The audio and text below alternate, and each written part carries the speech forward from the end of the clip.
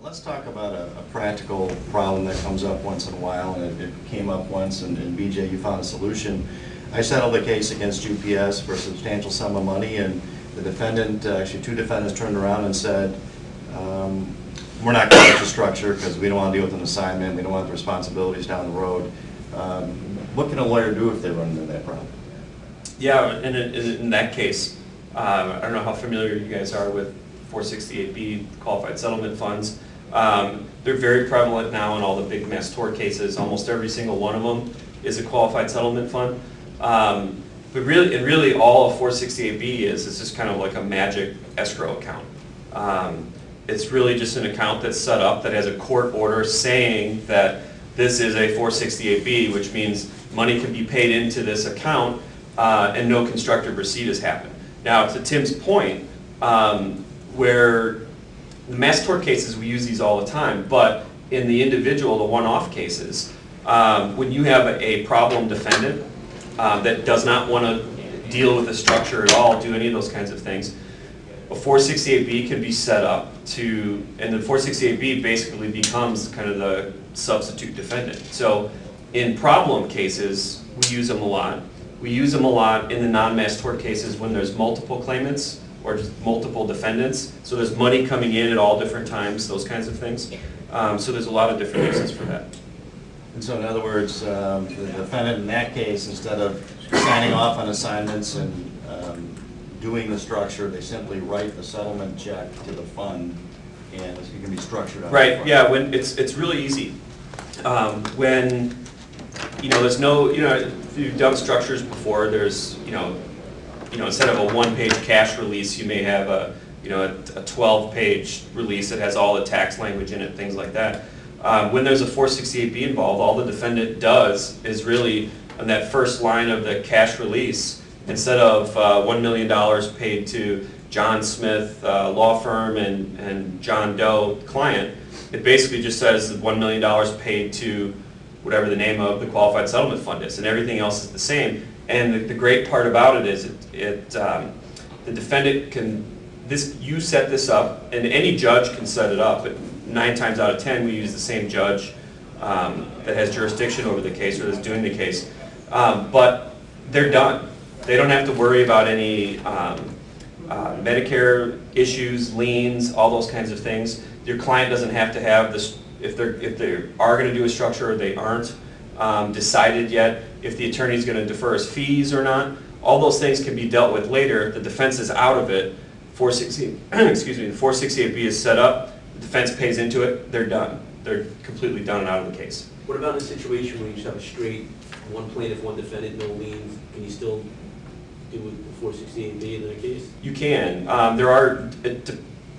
468B can always be set up. Now then it depends what's going to happen in the case. What's the one structure? Yeah, if your client wants to structure, there are, even though the actual 468B, the rules, the IRS, the law says one or more claimants, one or more cases is the requirement.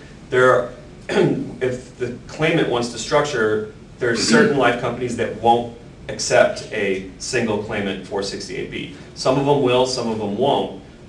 So it all depends, and what we try to do is you need to, in the proper paperwork needs to be set up to identify the right issues. The more issues that there are, like if there's liens that are still, anything that's uncertain, and that gets written into kind of the 468B document, it makes it easier then for those life companies to accept, to do a structure. Banks now are offering form, we can do a 468B motion in the Circuit Court of Cook County. It's like a 2.5-page motion, and the judge stamps the order, you're off and running. But I found too, in some escrows that have been set up, banks already have their own 468B document, and it's becoming more and more commonplace. But Don, I want to get back to something you said earlier that I think is important and interesting.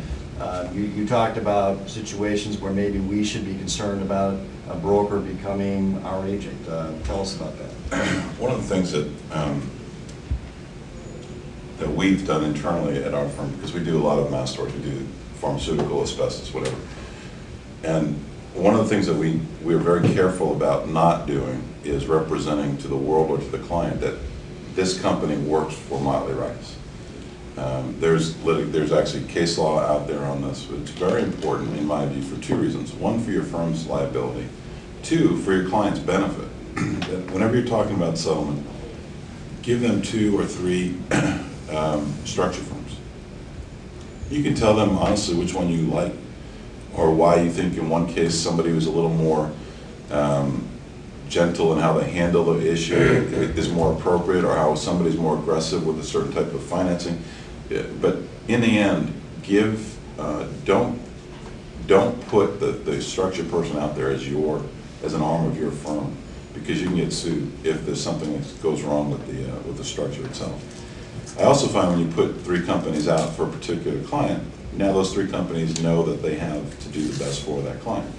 And so you've got a natural desire on the broker's part to impress and to make sure that you understand that particular client's fears, preoccupations, needs, whatever.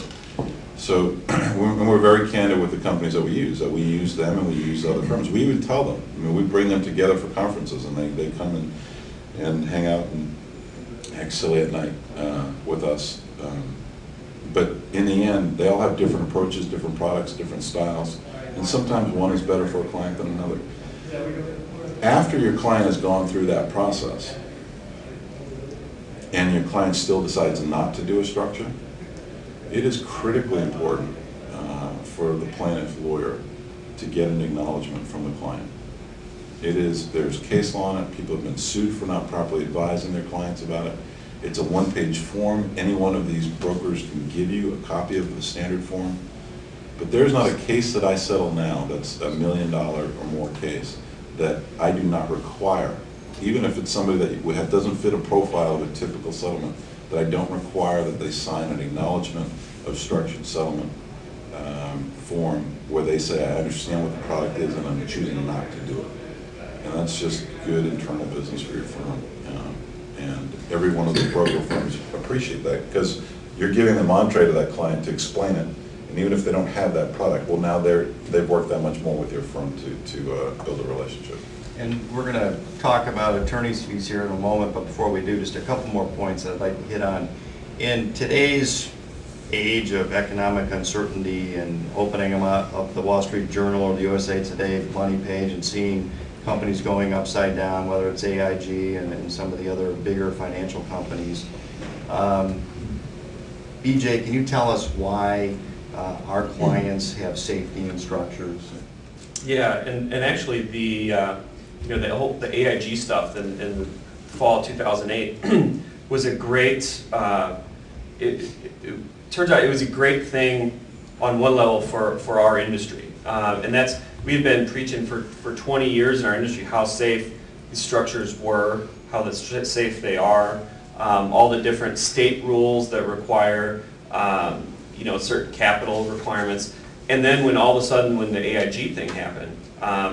One of their companies, American General, it was the largest structured company out there. It did over $1 billion of structures a year.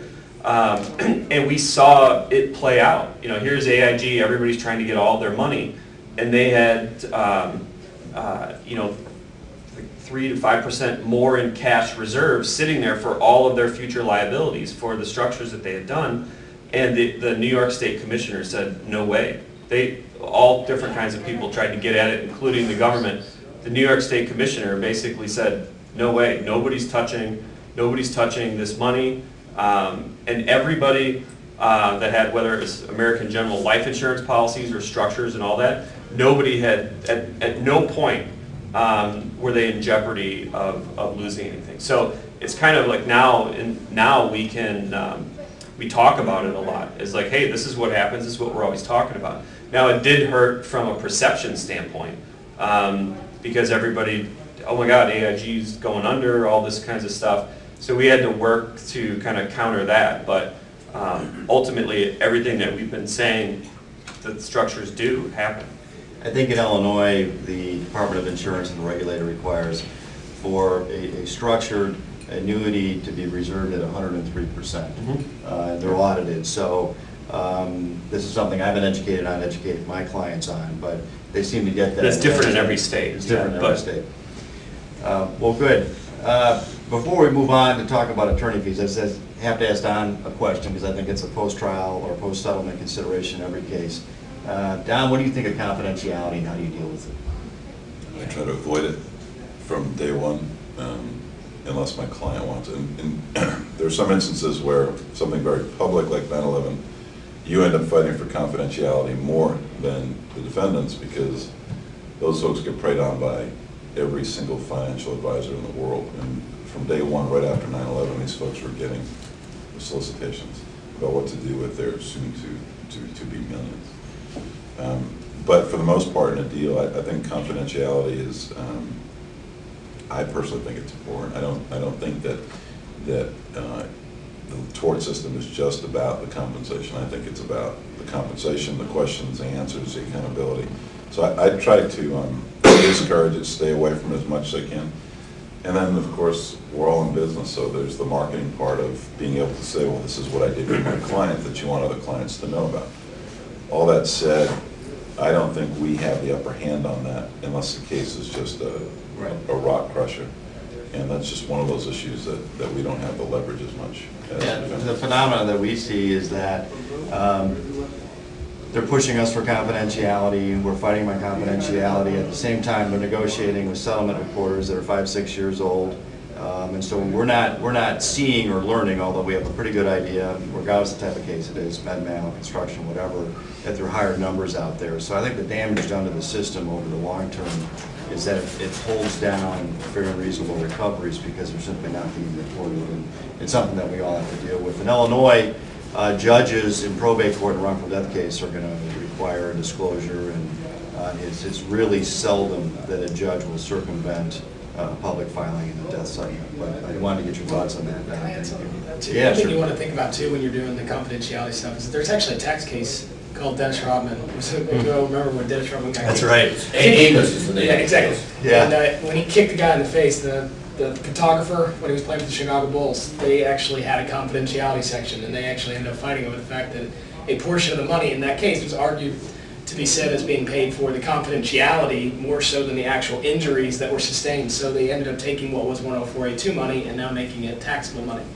So on your releases, if you are at a point where you are getting to, hey, look at confidentiality, you don't have the rock crusher case and you're stuck, make sure you put something in there that it's very clear that money being paid, all of it is 104A2, and that either you have a significant or insignificant number representing the confidentiality, or just a mutual agreement that you're both keeping it confidential as the only consideration being paid for it, because otherwise you could run into a tax situation. There's an issue, though, about consideration when you do that. That's right. And I think the danger is that you have to, there is case law out there that you have to bargain for it. Sure.